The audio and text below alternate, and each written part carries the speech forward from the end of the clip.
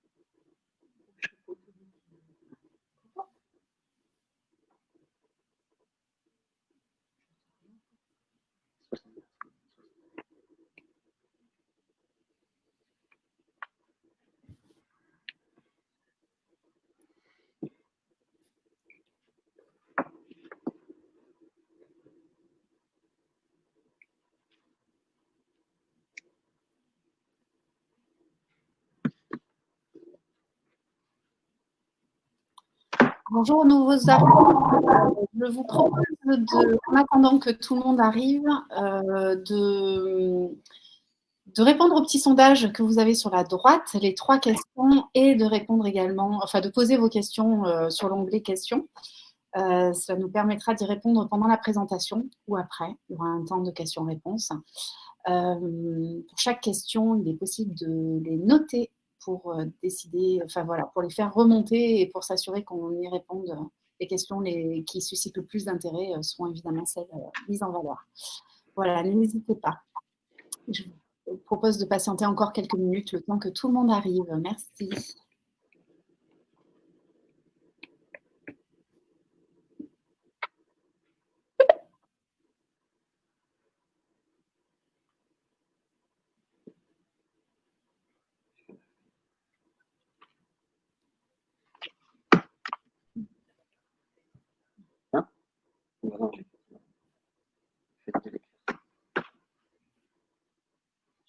Super, il y a plein de gens qui arrivent. N'oubliez pas de répondre au petit sondage et de poser vos questions.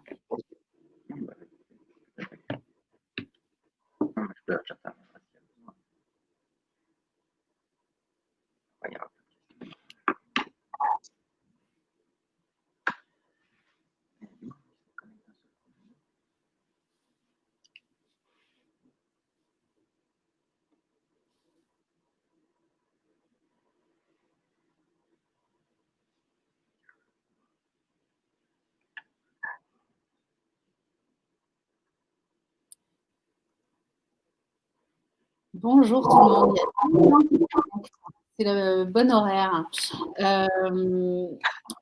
Je vous propose, donc vous êtes au bon endroit, on va parler financement participatif et méthanisation. Je vous propose d'aller sur l'onglet sondage à votre droite pour répondre aux 3 petites questions, histoire de voir un peu à qui on s'adresse et de personnaliser un peu notre présentation. Et je vous propose également de poser vos questions sur l'onglet questions.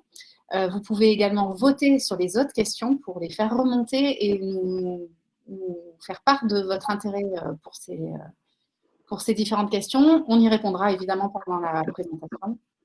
Et puis aussi à la fin, il y aura un temps de questions-réponses. Alors, chez nous, à Montpellier, on dit qu'il y a le quart d'heure montpelliérain. On ne va peut-être pas attendre un quart d'heure, mais je vous propose d'attendre 5 minutes que les derniers retardataires arrivent, histoire que tout le monde prenne bien la présentation au début. Et puis après, je vous présenterai nos intervenants.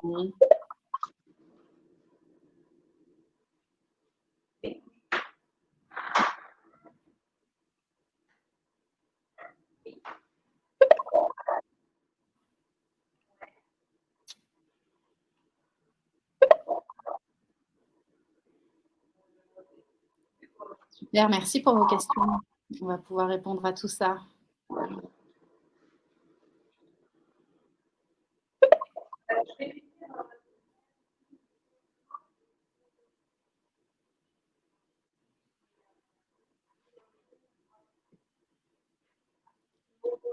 Alors, ça continue à monter, les gens continuent à se connecter. On patiente encore 2-3 minutes. Désolée, c'est un peu long, mais ça permettra que tout le monde ait bien les infos.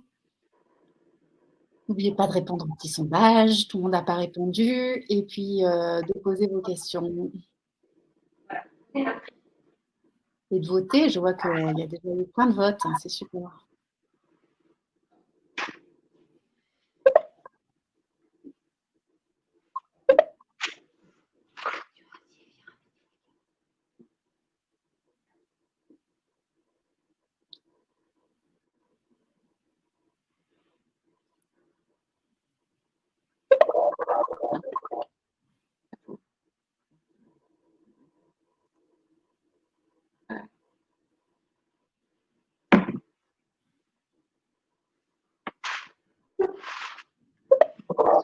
Wow, plein de questions. C'est génial. J'espère qu'on pourra répondre à toutes les questions, hein, mais bon, on va essayer.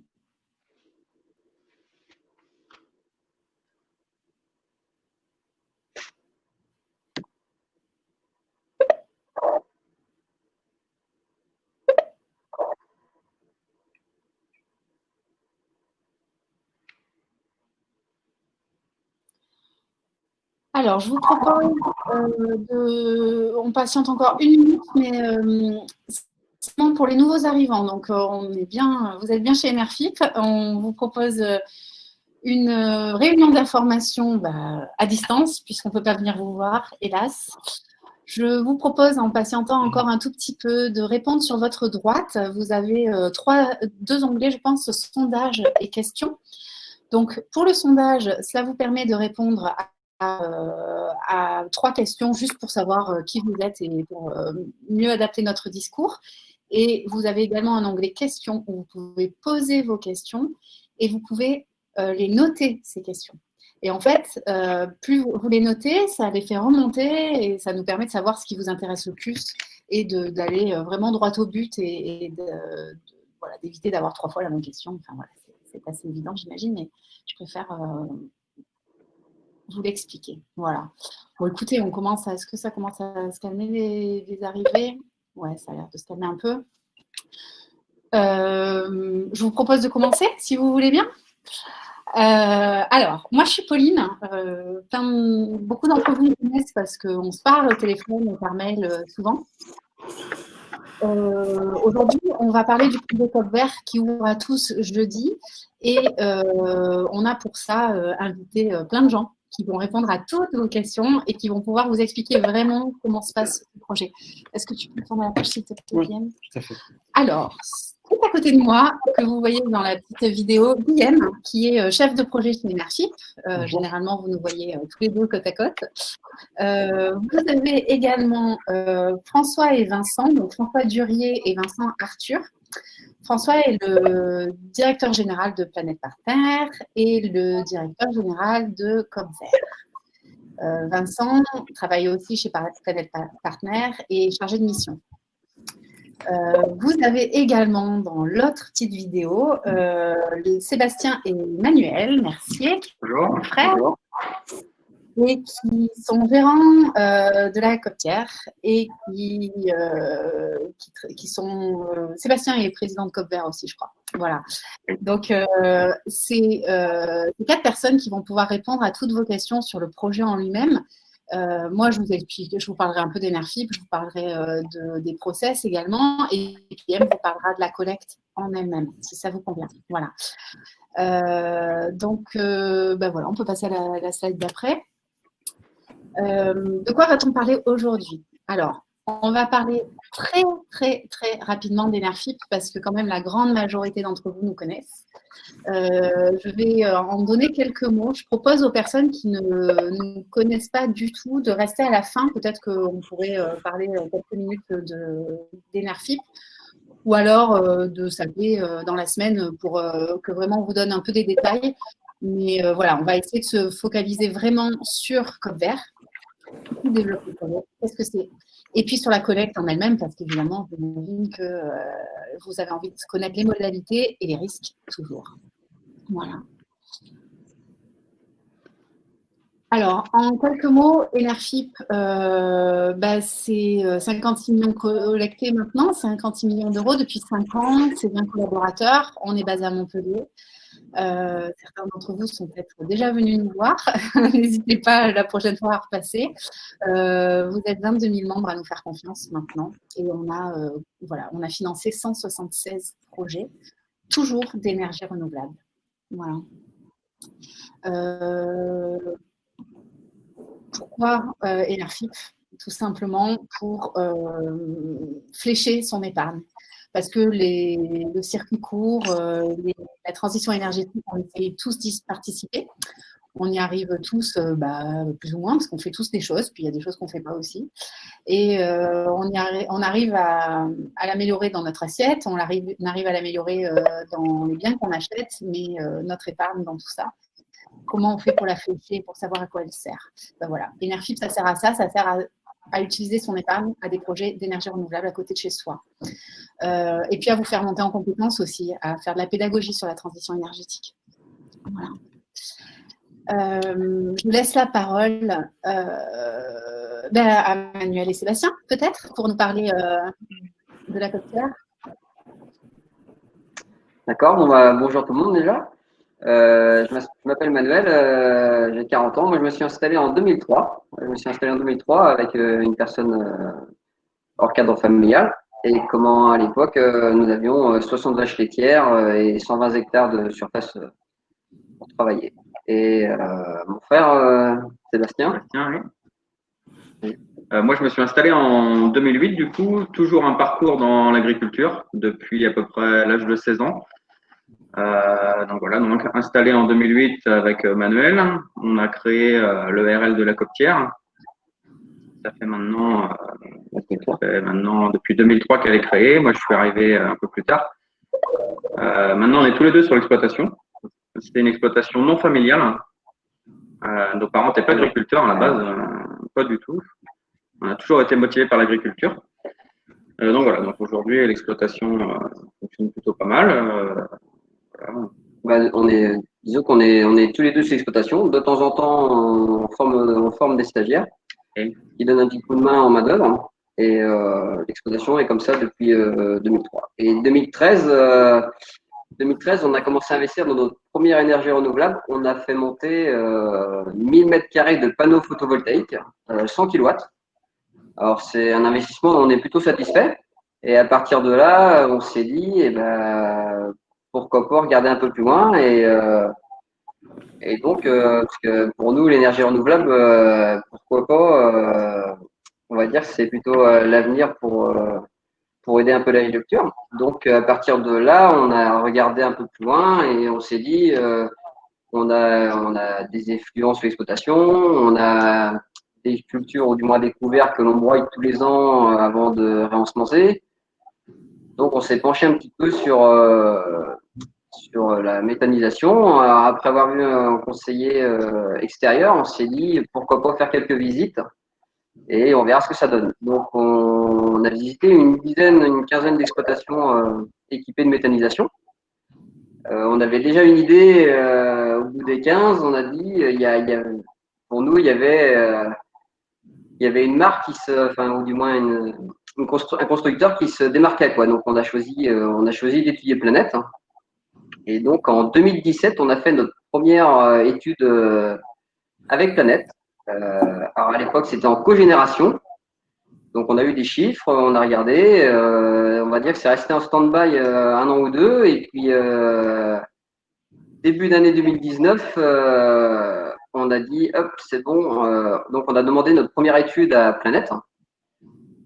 regardé les chiffres un peu. Et puis, donc cette fois-ci, en 2019, il y avait déjà 2 ans, enfin 2 ans après 2017. Et donc, il y avait déjà il y avait la solution de faire en injection. Donc, nous, ça nous plaisait aussi bien. Pas de moteur à gérer ni rien. Et donc, 2019, on a fait l'étude avec Planet. Et juillet 2019, on a lancé l'étude GRDF. Donc, c'est une étude coûteuse et puis sans savoir si ça va se faire ou pas. Et puis, en octobre 2019, on a eu la réponse de GRDF comme quoi c'était possible. C'était possible. Et donc, on a commencé à faire quelques devis et on a lancé on a lancé le permis de construire décembre 2019. Décembre 2019. On n'a pas eu trop de chance, on va dire, au mois de mars 2020, parce qu'avec la Covid et tout, ça a pris un peu de temps. On a reçu le résultat positif de notre permis de construire juillet 2020. Et donc, à partir de là, entre-temps, on a eu le temps de faire nos devis et tout. Et on est parti, on a créé la SAS Copvert en partenaire avec la société Planète. Financièrement, nous, ça nous aidait, le capital et tout, ça nous aidait.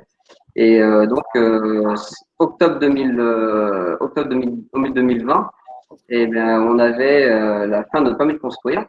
Donc, ça, c'était bon. Et donc, à partir de là, aujourd'hui, on va dire qu'on peut produire du gaz sur l'exploitation.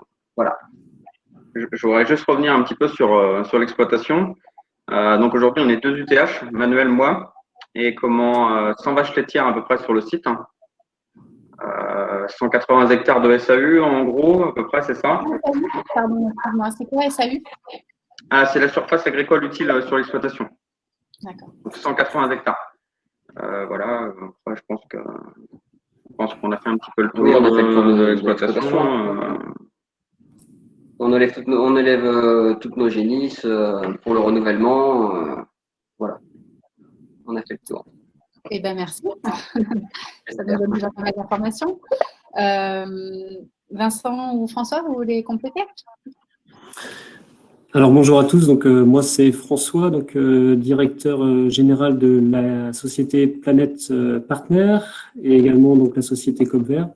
Je suis accompagné aujourd'hui de Vincent qui s'occupe des projets donc que nous développons. Donc le projet Copvert, donc aujourd'hui donc en termes d'associés, donc il y a 2 associés, donc il y a l'URL de la Coptière donc qui est agriculteur, donc Sébastien Manuel à 70% du capital. Et donc, la société Planète Partner, donc, qui est représentée ici à 30%. Donc, Planète Partner, c'est une filiale de Biogaz Planète France, donc, qui est un constructeur d'installations de méthanisation, donc présent au niveau international, donc, dans différents pays européens, type Allemagne, Angleterre, France, mais également donc, présent donc, sur le continent américain, Canada, États-Unis, Chine également.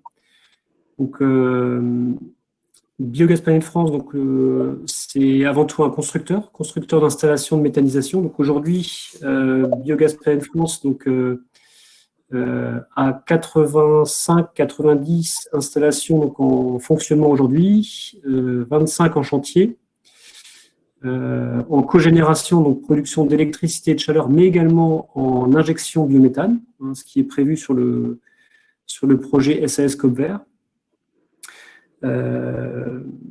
Voilà, donc la filiale donc Planète Partner qui investit conjointement avec Manuel et Sébastien, donc elle a vocation donc à faire sortir les projets, donc à aider le projet, à aider Manuel et Sébastien donc au financement de leurs projets, mais également donc être on va dire un acteur, on va dire aussi dans le développement. C'est-à-dire que on a des connaissances assez poussées depuis maintenant 15 ans donc, sur le territoire français de l'administratif, du réglementaire, de la partie financement. Donc, on apporte également donc, un plus au projet pour essayer de le mettre dans les bons rails directement.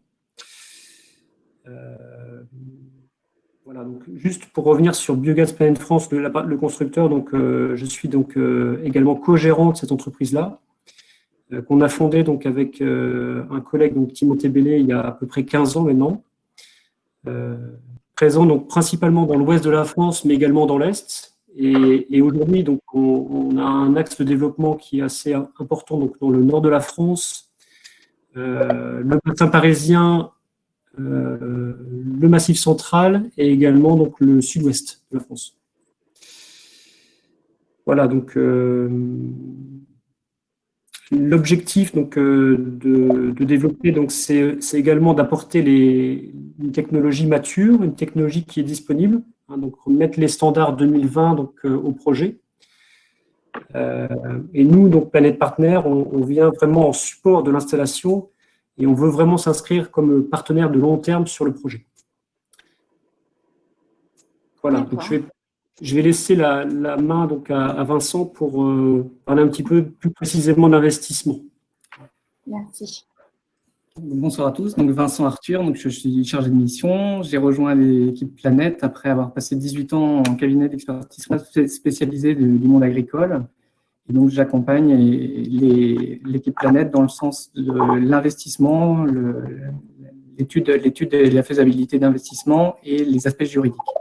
Et donc, en ce sens, donc l'investissement de COP Vert représente un total de 4 400 000 €, donc avec des devis affinés sur les dernières semaines. Et pour ce faire, les associés que sont l'URL La Copière et Planète Partner apportent à peu près 10% de ce CAPEX, de ce besoin en financement pour la réalisation de l'unité de méthanisation, à savoir aux alentours de 400 000 €. Et donc, au vu des travaux qui vont se repartir sur l'année 2021, donc on imagine, on lance 2 collectes de 2 millions d'euros pour la réalisation en 2 phases. Donc, une première phase qui va… Pardon Vincent, j'en profite parce qu'il y a une question qui est très demandée, c'est pourquoi faire une collecte d'obligations et pas un prêt bancaire classique? Tu veux répondre Vincent ou je réponds, comme tu veux. Ben, écoute, je propose de répondre à cette question et puis tu me complètes, Guillaume. La phase d'obligation, elle s'avère par le fait que la banque historique agricole, en fait, est tout à fait, souhaite tout à fait accompagner ce projet, mais plus dans un deuxième temps, c'est-à-dire au terme de 2 à 3 ans. Par rapport à la maturité de la capitalisation sur les exploitations agricoles. Et de ce fait, au vu du fait que le contrat NJ est lui-même signé et qu'on est prêt à construire, puisque c'est un projet prêt à construire avec l'ensemble des autorisations administratives qui sont arrivées et qui sont purgées de tout recours, nous, on souhaite lancer le projet et du coup se faire refinancer cette dette-là par la banque dans les délais qu'elle nous a annoncés, c'est-à-dire 2 à 3 ans. D'accord, merci. Vas-y, continue, pardon. Je rebondissais juste puisque la question était sur le… Mais j'ai rien à ajouter. C'était très clair. Très clair. Voilà, je reprends un petit peu la main sur la partie matière, parce qu'il y a aussi pas mal de questions sur les matières. Donc, le projet, donc, l'objectif, c'est de valoriser différentes matières, donc les effluents d'élevage présents sur l'exploitation. Donc, il y a du lisier et du fumier bovin, des produits végétaux donc, et des cultures aussi intermédiaires à vocation énergétique, ce qu'on appelle des cives. Donc, les cives, c'est des matières, c'est des plantes qui sont cultivées donc, généralement donc, avant ou après une culture principale, donc qui couvrent le sol. Aujourd'hui, donc, il y a une partie de ces matières qui sont implantées mais broyées au champ donc par Manuel ou Sébastien. C'est d'ailleurs ce qui les a fait réfléchir aussi à la méthanisation, c'est qu'aujourd'hui, ces matières-là, donc le fait de les cultiver, de les optimiser, de les valoriser en méthanisation, donc ça génère donc un biométhane, donc aussi un revenu pour l'exploitation, donc ça permet aussi de pérenniser l'exploitation agricole. Et donc le digestat qui en résulte, parce que la méthanisation, c'est une production de biogaz épuré qu'on revoit sur les réseaux, mais c'est également la production d'un digestat, donc qui est désodorisé. On enlève en fait les odeurs, les principales odeurs que certains n'apprécient pas, Donc, on désodorise, donc on valorise le gaz, mais on produit également un digestat qui sera épandu sur le sol en tant qu'engrais, et qui va venir remplacer donc un amendement donc, de synthèse minérale. Donc, voilà le projet, donc effluent d'élevage, produits végétaux et cives. Oui. Et donc, Alors, on a la chance aussi, excuse-moi François, mais on a la chance nous, de ne pas être loin d'usines où on peut récupérer les déchets de salade importants et les carottes coupées, les déchets de poireaux aussi. Et donc ça, pour nous, c'est important parce que c'est quelque chose qu'on va nous apporter à la ferme. Et ça c'est hyper important pour nous.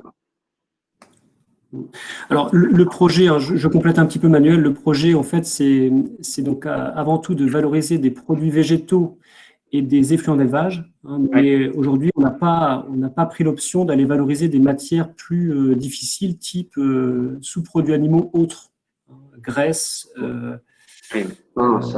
déchets d'abattoir, etc., etc. Donc, qui nécessitent de passer donc, en ICPE enregistrement. Aujourd'hui, ce n'est pas le but. Aujourd'hui, on veut rester donc, en ICPE déclaration. Et les déchets ils vont venir directement de votre exploitation à vous, Manuel et Sébastien, ou il y aura aussi d'autres fermes impliquées? Alors, on a aussi quelques voisins qui sont apporteurs justement eux, ça les intéresse. Au lieu de broyer tous les ans leurs couverts, ils préféreraient les amener, quoi. Eux, ça les arrange, quoi. Merci. On va passer à la slide suivante, du coup. Après, je sais pas, c'est plus pour que j'allais dire téléspectateurs, je me prends pour une star. Non, pour que les participants, j'imagine, puissent voir un peu la configuration du projet. Alors, je ne sais pas si Sébastien ou Manuel ou Vincent ou François ont rajouté quelque chose sur cette slide-là. Ouais, en fait, c'était juste pour montrer donc aux téléspectateurs donc l'organisation en fait un petit peu du plan de masse. Hein. Donc on voit donc en haut donc le gros carré, le gros rectangle gris, donc c'est la stabulation des vaches laitières. Donc plus sur la droite, donc il y a aujourd'hui une fumière qui récupère aujourd'hui les déjections des animaux. Donc, demain, on va modifier cette fumière en faisant donc ce qu'on appelle un canal pour récupérer le lisier et le pomper directement dans le rond, le plus petit des cercles. Donc c'est ce qu'on appelle le digesteur. Donc là, c'est une cuve qui fait 23 mètres de diamètre sur 8 mètres de haut. On va voir un peu après, donc dans les slides suivantes, un peu des photos pour illustrer un petit peu de quoi on parle. Donc là, il y a donc le canal pour récupérer les lisiers. Il y aura également 5 silos qui vont être construits pour récupérer donc les produits végétaux, les cives, pour pouvoir les stocker donc, sur l'année et les valoriser donc, quotidiennement.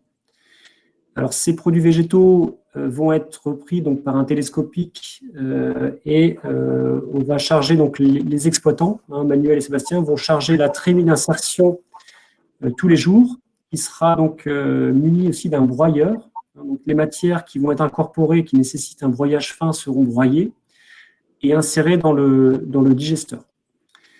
Ce qu'on a prévu également, c'est de mettre donc un séparateur de phase qui sera donc à proximité donc, de l'entrée, sous abri.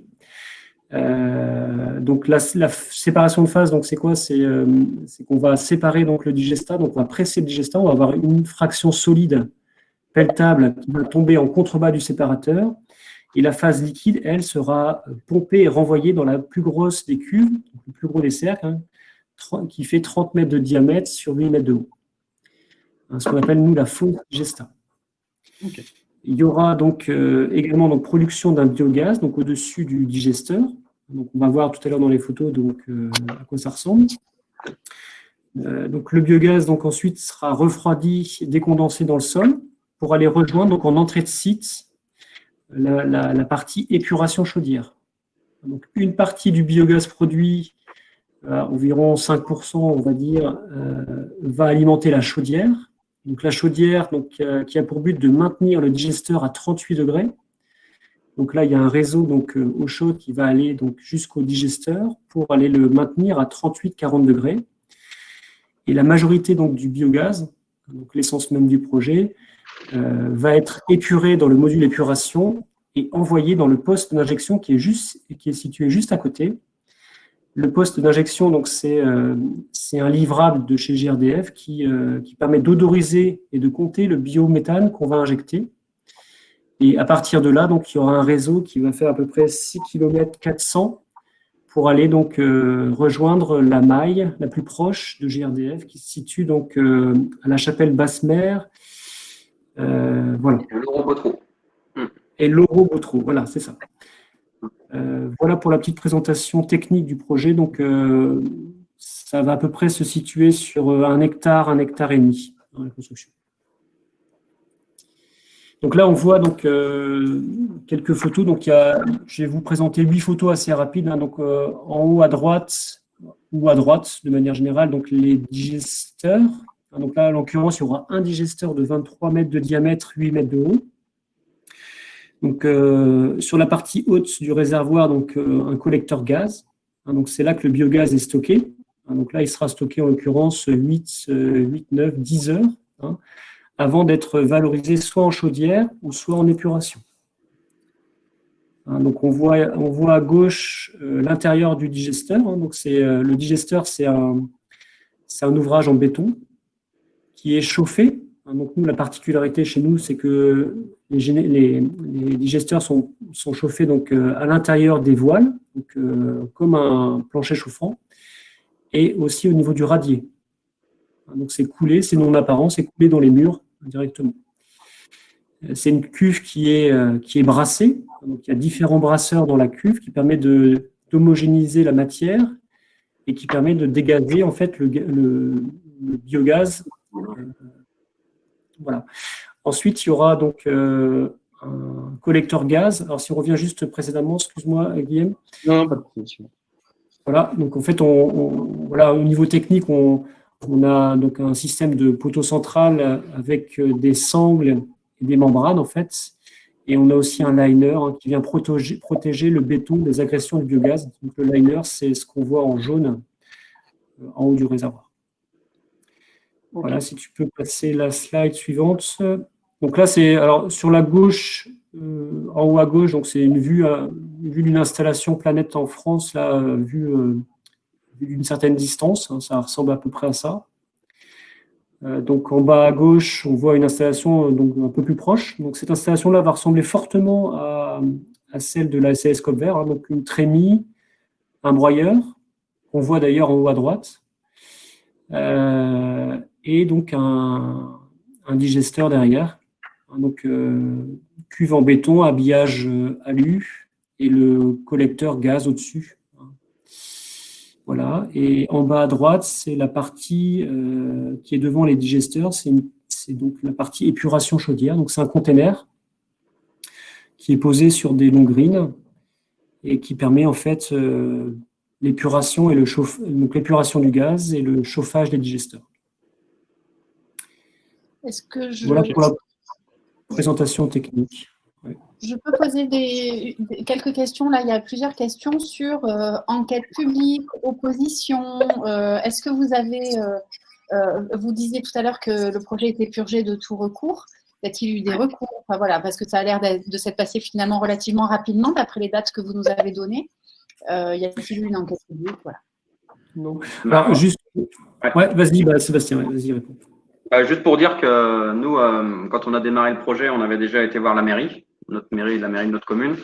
On leur a présenté le projet, ce qu'on voulait faire. Ils étaient tout à fait positifs à ce qu'on leur avait proposé. Donc, c'était déjà plutôt une bonne chose. Et puis après la dépose du permis, après le retour, donc on a eu 2 mois de purge avec un panneau posé sur le bord de la route et puis affiché en mairie. Et aucun recours, pas eu de suite à la mairie.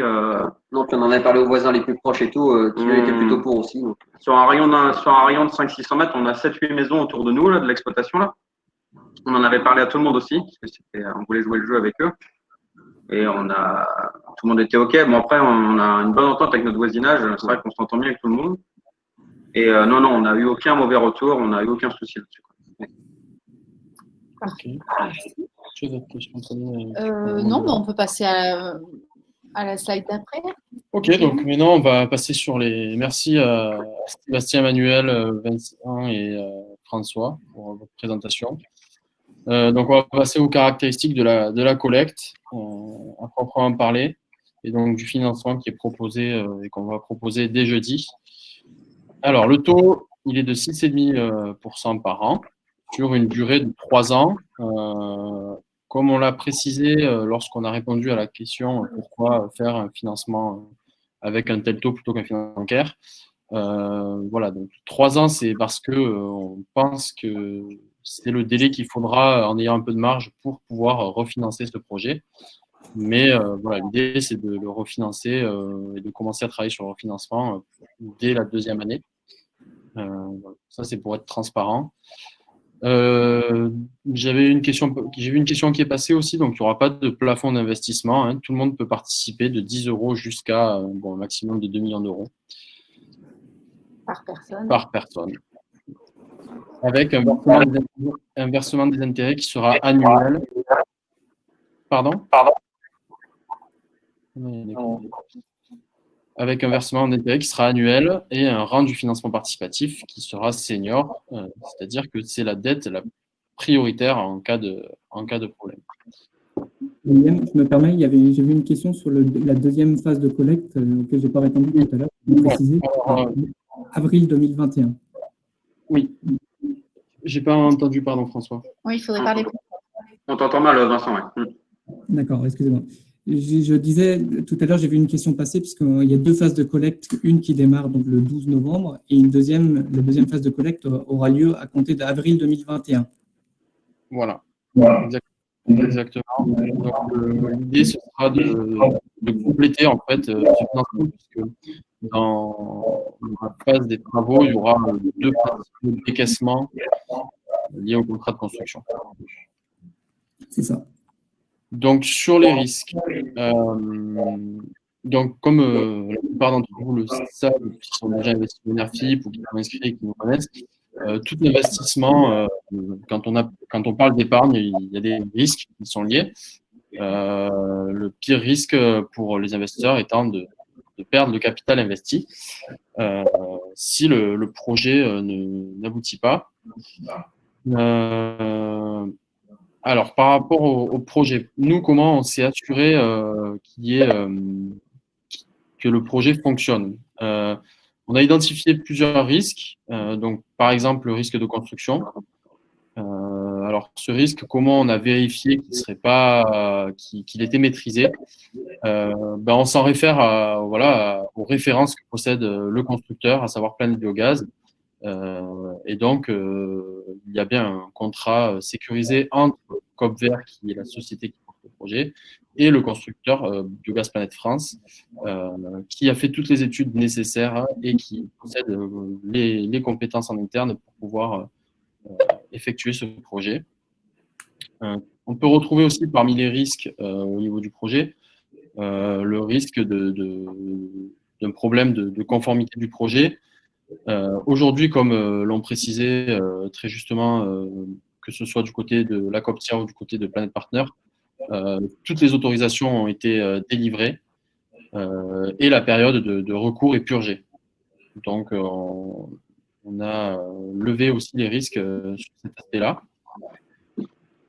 Ensuite, ça va répondre aussi à pas mal de questions que je vois défiler sur le risque de contrepartie. Donc, effectivement, il y a un contrat d'achat qui est sécurisé avec Engie. Donc, ce contrat-là, il est sécurisé sur 15 ans. Et il y a une ouverture, il y a un droit d'ouverture à l'injection de gaz dans le réseau. Donc, ces points-là sont levés également. Et enfin, le dernier risque qu'on a su identifier, c'est le risque de refinancement bancaire. Alors, il faut savoir que les partenaires du projet ont une banque qui les suit, spécialisée plutôt sur la partie agricole. Néanmoins, il y a beaucoup de banques aujourd'hui qui sont intéressées par financer ce genre d'infrastructure. Et Planet Partner possède des gens qui connaissent ce métier d'aller chercher des financements. Ils sauront se faire accompagner. Et aujourd'hui, on sait, puisque ça fait un petit moment qu'on exerce dans les énergies renouvelables, mais aussi dans la méthanisation, que les banques sont tout à fait à même de financer sur du long terme des projets de ce type. Voilà. Est-ce qu'on peut en profiter, Guillaume, pour répondre à la question d'Hugo qui a eu beaucoup de succès? Pour quelles raisons ont poussé Enerfi à demander 3 sûretés supplémentaires sur le projet? Autant répondre clairement. Exactement. Alors, pourquoi prendre des sûretés? C'est pas parce qu'on a confiance dans le projet, c'est une certitude. Maintenant, c'est pas pour ça que on ne peut pas faire le maximum pour sécuriser les investisseurs. Donc, la première sûreté qu'on a mis en place, c'est une convention de nantissement des actions de la SAS Copvert. Ça veut dire que si la société se retrouve en défaut vis-à-vis des gens qui auront souscrit aux obligations, cette masse de souscripteurs qu'on appelle la masse des obligataires deviendra propriétaire de cette société-là. La deuxième sûreté qu'on a mis en place, c'est une convention de nantissement de la créance liée au contrat d'achat. Qu'est-ce que ça veut dire? Ça veut dire que les créances qui sont liées à ce contrat, c'est-à-dire l'argent qu'Engie va devoir à la société en échange de la fourniture en gaz, reviendra directement aussi à la masse des obligataires. Et la troisième sûreté qui est mise en place, c'est un gage sans dépossession des actifs corporels et incorporels. Donc ça correspond plutôt à l'équipement qui va être mis en place pour que le projet soit construit entièrement. Toutes ces sûretés, elles permettent de limiter le risque principal qui est le risque de perte en capital. Pourquoi? Parce que s'il y a un défaut, s'il y a un problème lié au temps de travaux, lié à l'absence de refinancement, par exemple, on aura toujours, grâce à ces sûretés, un actif tangible qui aura une valeur marchande. Et ça, c'est important pour les gens qui investissent, de savoir qu'en cas de problème sur le projet, il y aura suffisamment d'éléments pour pouvoir espérer recouvrir une partie de la perte. Donc, voilà pourquoi on a souhaité mettre ces sûretés en place. Est-ce que vous voulez ajouter quelque chose, peut-être, d'ailleurs, Vincent ou quoi? Alors peut-être, là aussi, il y a des questions qui sont passées sur l'aspect des matières. Donc, c'était pour préciser que Oui, excusez-moi. Concernant les matières, donc il y a donc l'ERL La Copière, qui a donc des effluents d'élevage à valoriser et une surface conséquente à valoriser en termes de cives, et également d'autres exploitants agricoles. Et là, aujourd'hui, il y a des contrats qui sont signés pour une durée de 15 ans. Donc, la durée de fonctionnement, la durée du fonctionnement de l'unité de méthanisation. Donc, on a sécurisé une grosse partie des intrants. Okay. On va passer à la partie fiscalité. Oui, la partie fiscalité, c'est toujours sympa de parler fiscalité. Le lundi soir. Alors, oui, vous allez donc toucher des intérêts, évidemment. Donc, vous avez bien compris que le taux d'intérêt, c'était 6,5% brut par an. Et vous récupérez votre capital à la fin des 3 ans. D'accord? Ces intérêts sont donc fiscalisés. Évidemment, pas le capital, il est à nous. Mais par contre, les intérêts, oui. La fiscalité, c'est quoi? C'est ce qu'on appelle la flat tax. C'est-à-dire 17,2% de prélèvements sociaux, la CSG, la CRDS, ça c'est obligatoire, vous ne pouvez pas y couper. À ça s'ajoute l'impôt sur le revenu, qui est votre taux d'imposition, au maximum de 12,8%. Ça veut dire que vous allez, si vous n'êtes pas imposable, vous n'allez pas avoir d'impôt sur le revenu, mais par contre, vous allez avoir les 17%. 2. Et si vous êtes imposable, vous payerez en tout 30% d'impôt sur ces intérêts. Voilà, c'est important. On m'a posé plusieurs questions sur les PEA, PME et PEA. Alors, oui, vous pouvez investir par PEA, PME, mais pas par PEA. Un PEA, c'est pour les actions. Là, ce sont des obligations, ça ne marche pas. Par contre, PEA, PME, ça fonctionne.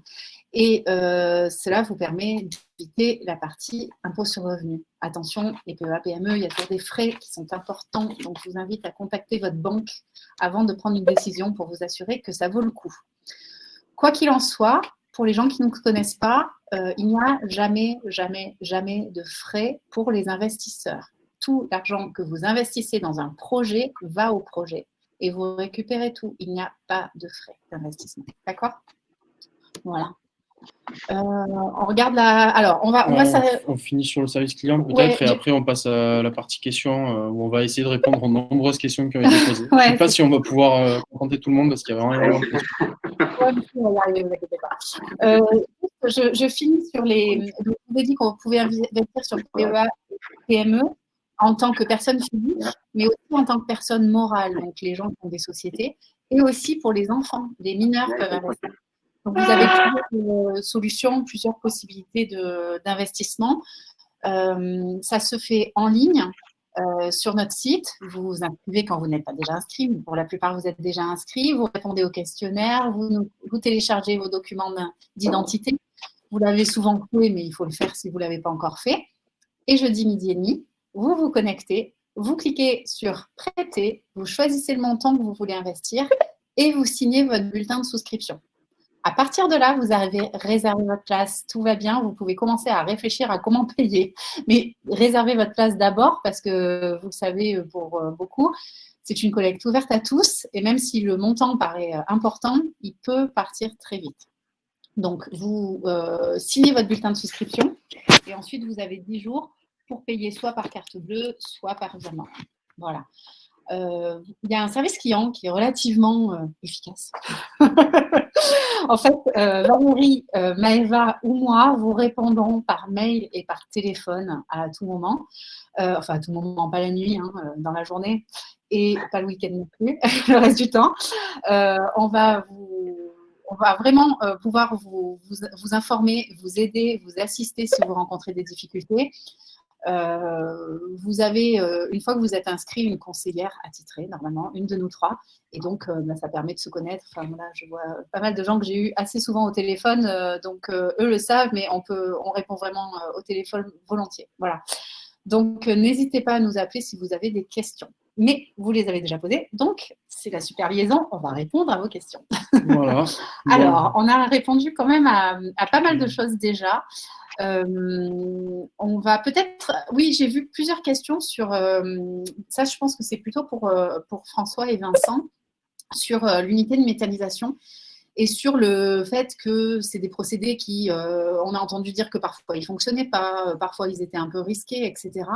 Est-ce que vous avez beaucoup développé déjà d'unités? Est-ce qu'elles fonctionnent bien? Quel est votre historique, vos antécédents là-dessus? Alors, sur les fonctionnements, donc aujourd'hui, on a 90 installations en fonctionnement sur le territoire français, avec des installations qui fonctionnent bien et généralement qui augmentent en capacité, que ce soit en cogénération ou en injection. Donc, ça nous arrive très régulièrement d'accroître les installations, donc de rajouter donc, des digesteurs et ou de rajouter des cogénérations. Ou augmenter donc en capacité d'épuration et d'injection. Donc aujourd'hui, la technologie est mature et maîtrisée.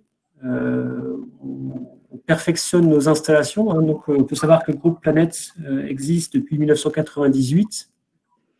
Donc, ça fait 22 ans aujourd'hui qu'on démarre, qu'on cumule de l'expérience. Et tous les années qui passent nous permettent de progresser, donc d'affiner un petit peu la technique et de faire des choix qui permettent de rendre les installations de plus en plus performantes.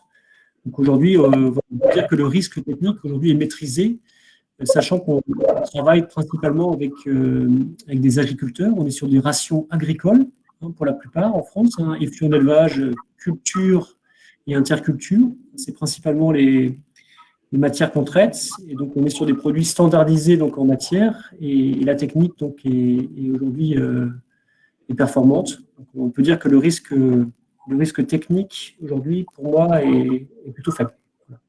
D'accord, merci. Est-ce que vous avez cherché, est-ce que vous avez des subventions de l'ADEME, de la région, des investisseurs institutionnels, des collectivités qui participent au projet? Alors, sur ce projet-là, en fait, on est en Pays de Loire. Pays de Loire, donc, c'est une région donc, qui soutient des projets de méthanisation. Aujourd'hui, elle a plutôt tendance à favoriser des projets de plus petite taille. C'est pour ça qu'on a fait le choix, donc avec Sébastien et Emmanuel, de ne pas recourir aux subventions pour essayer d'aller à l'objectif qui est de produire 115 nanomètres cubes. Donc, effectivement, donc on n'a pas recouru aux subventions. C'est un choix. Ok. Et Guillaume, si les banques un peu tôt pour avoir le prêt bancaire, qu'est-ce qui se passe? Là, si on se retrouve face à un problème de financement dans 3 ans, effectivement, c'est vraiment voilà, c'est la chose la pire qui puisse arriver. Donc, ce qui se passe, c'est ce qu'on a un peu expliqué tout à l'heure via les sûretés. Hein, c'est grâce à ça qu'on va prendre le relais. Maintenant, je préfère insister sur le fait que c'est des projets qui, aujourd'hui, une fois en service, se financent très bien. Et que, en fait, voilà, si les banques ne prêtent pas aujourd'hui, enfin, d'ailleurs, c'est pas les banques, hein, c'est la banque qui suivait l'exploitation agricole jusque-là, n'a pas financer le projet aujourd'hui, c'est plus parce que, comme l'a dit Vincent tout à l'heure, ou François, c'est pas forcément les tempos dans lesquels ils ont l'habitude de travailler, parce que c'est un dossier qui allait très vite, et parce que c'est prêt à construire et que les banques ne sont pas prêtes. Mais vraiment, j'insiste sur ça, c'est des projets qui aujourd'hui se financent extrêmement bien, notamment au vu de la qualité du dossier, de la qualité de la société qui est en charge de la construction, et on n'en a pas beaucoup parlé pendant la présentation, mais également de la qualité des prestataires qui ont été choisis pour assurer l'exploitation, et du savoir-faire également de Manuel et Sébastien, puisqu'ils connaissent déjà ce métier-là. Et donc, tout ça fait que c'est un projet qui est finançable, mais qui aujourd'hui est allé un peu vite pour trouver un financement au compte tenu des délais dans lesquels ils souhaitent démarrer la construction. Merci. J'ai une toute petite question pour Manuel et Sébastien. Votre exploitation, elle est bio ou pas? Non, l'exploitation n'est pas bio. D'accord, merci. Et sur le biogaz injecté, la qualité, la constance, le contrat d'achat d'Engie, les garanties, etc. Est-ce que vous pouvez nous développer un peu sur la qualité du gaz, etc. Un peu technique là-dessus. Alors, sur la qualité du gaz, en fait, on doit injecter donc un volume dans un réseau, et forcément, donc Engie, ou plutôt GRDF d'ailleurs, nous impose à avoir une qualité qui est standardisée. On doit avoir un taux de CH4 qui doit être d'une certaine valeur, des impuretés d'une certaine valeur, une pression d'une certaine valeur. Donc, nous, on a déjà travaillé avec GRDF sur le projet, donc on connaît ces critères, donc on va les respecter, donc on va régler donc la machine pour pouvoir injecter le bon débit à la bonne qualité et à la bonne pression. D'accord. Et voilà, donc, il n'y a pas de... Sur combien de temps? Pardon? Le contrat d'achat est garanti sur combien de temps? Alors, le contrat d'achat, donc il est garanti sur 15 ans. À partir du moment où on met en service, et il est réglé donc mensuellement donc à la SAS. Et qu'est-ce qui se passe dans 15 ans? Parce que j'imagine que l'unité, elle va continuer à produire. Alors aujourd'hui, malheureusement, on ne peut pas dire qu'est-ce qui va se passer après 15 ans. Il n'y a pas d'arrêté ou décret qui décrivent un petit peu le devenir du biométhane après les 15 ans. Après, voilà, il y a de fortes chances que d'autres utilisations soient… Alors, soit on continuera à injecter du biométhane peut-être à un prix différent, ou soit il y aura peut-être d'autres valorisations qui viendront prendre le relais. Mais aujourd'hui, c'est vrai qu'il n'y a pas de… C'est une question que je ne peux pas répondre. Il n'y a pas de réponse à après 15 ans. Okay. On nous demande, alors je suis désolée, ça passe un peu du coq à l'âne, mais je regarde au fur et à mesure les questions et du coup il y a des choses qui reviennent, voilà. Il y a Francis qui se demande ce qui se passe si vous arrivez à avoir le prêt bancaire avant les 3 ans. C'est pas Francis, c'est Michael. Ah mince, pardon, je me suis… Excusez-moi. La question reste la même. Donc, Michael, si le refinancement est trouvé avant les 3 ans, nous avons octroyé la possibilité à COPVER de pouvoir rembourser en anticipé la totalité partiellement d'ailleurs, ou totalement en fonction de ce qui est tiré sur la dette bancaire, mais on a laissé la possibilité de rembourser en anticipé sans indemnité à partir du 6e mois. À partir du 6e mois qui suit l'émission. Ça permet de rebondir, merci, parce qu'il y a une question pour les gens qui ont déjà investi sur Moulin de la Roche, qui vont toucher leur capital en décembre. C'est justement un projet qui est remboursé de manière anticipée. De manière anticipée, merci. Comment ça se passe? Écoutez, signez votre bulletin de souscription pour vous réserver votre place jeudi. Et après, le versement des fonds pourront peut-être se faire, si ça ne va pas trop vite, au moment du remboursement de Moulin de la Roche. Mais ça, contactez-nous en direct, on en parlera. Je pense qu'il vaut mieux en parler en direct au cas par cas. Oui, c'est juste que du coup, je rebondis. Mais en effet, c'est quelque chose qui arrive. Parfois, certains de nos projets sont remboursés en anticipé. C'est plutôt bon signe. Ça veut dire que le projet fonctionne bien, qu'il a obtenu tous les fonds. Et dans ces cas-là, il faut investir sur un prochain projet. Voilà. Ouais. Qu'est-ce que je peux… Alors, qu'est-ce qui se passe si on n'aboutit pas aux 2 millions prévus et qu'est-ce qui se passe si on n'aboutit pas aux 4 millions prévus, puisqu'il y a 2 collectes? Alors, de manière générale, si nous, on échoue dans notre mission qui est de collecter auprès des citoyens 2 millions ou 4 millions, nous ne sommes pas les seuls établissements financeurs qui existent en France. Alors, si on prend le premier cas de figure où on réussit la première levée de 2 millions et on ne réussit pas la deuxième, Planet Partner et COPVER, plutôt la société COPVER, pourra se tourner vers d'autres établissements qui existent pour compléter le tour de table. Type tout traditionnellement fonds d'investissement, puisque historiquement d'ailleurs c'est plutôt les fonds d'investissement qui font ça, même si c'est un marché que nous on a choisi d'attaquer aussi, puisque je pense qu'on est taillé pour. Et le deuxième cas de figure, ce serait qu'on échoue cette première collecte. Et là, si on échoue cette première collecte, aucun investisseur NRFIP n'aura investi sur ce projet. Donc, vous ne serez pas pénalisé. Et de la même manière, COPVER pourra également se retourner vers un établissement traditionnel qui fait du bridge, ce qu'on appelle un financement en bridge, donc qui est cette espèce qui est ce pré-relais en fait. Merci. Manuel et Sébastien, j'ai plusieurs questions sur les intrants et sur la quantité d'intrants en fait. C'est-à-dire que d'abord, est-ce que vous produisez assez d'intrants pour la structure? Parce que parfois, on entend dire qu'il faut cultiver exprès pour remplir, etc. Ou acheter des matières. Et surtout, si jamais vous diminuez votre production, est-ce que vous avez la possibilité de trouver d'autres intrants ailleurs? Je ne sais pas si j'ai été claire. Peu importe, vas-y, Manu. Alors, oui, nous, sur l'exploitation, parce que nous, le but, c'était vraiment de ramasser d'utiliser beaucoup, surtout les couverts.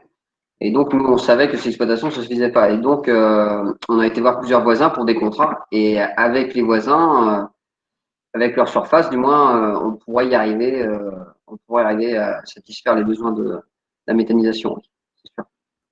D'accord. Et d'ailleurs, depuis que le projet est bien lancé, on a maintenant plutôt de la demande de voisins qu'on n'a pas été voir, qui nous demandent aujourd'hui s'ils peuvent amener Faire des contrats. leur cive chez nous. Ils nous demandent s'ils peuvent faire des contrats avec nous. Donc c'est plutôt rassurant dans ce sens-là. Malheureusement, on ne pourra pas faire des contrats avec tout le monde, hein, parce que il faut pas non plus que ça déborde de cive faut pas qu'on en ait trop non plus. Il faut juste ce qu'on a besoin. En fait. Mais aujourd'hui, c'est plutôt rassurant dans ce sens-là. Ok. Je crois qu'on a à peu près, on est allé à peu près au bout des questions, grosso modo. Moi, ce que je propose aux gens, d'abord, c'est de nous dire si vous nous avez bien entendu, si c'était clair, si ça vous a plu. Et puis, si vous reste des questions, n'hésitez pas à les poser en commentaire sur la page projet ou en direct sur l'adresse sophistiqueur.fr. Alors, oui. Vas-y. Moi, Voilà. j'avais une réponse à une question quand même qui me gênait. J'avais une question où il disait que malheureusement, les vaches ne sortiraient plus et ça serait un problème pour le bien-être animal. Mais non, nous, on n'est pas parti de cet objectif-là. Les vaches sortiront quand même, hein. Pour leur santé et tout, nous, on a décidé de faire le choix, il faut que les vaches sortent. C'est à nous, du mois d'avril à octobre, les vaches sortent dehors, hein. Quand elles peuvent, elles sortent. On va dire qu'elles sont libres. Donc, elles rentrent, elles sortent, elles font ce qu'elles veulent, hein. Il n'y a qu'à partir du mois de novembre, décembre où elles sont rentrées en bâtiment parce que c'est plus possible d'aller sur les terrains, elles abîment trop avec le mauvais temps.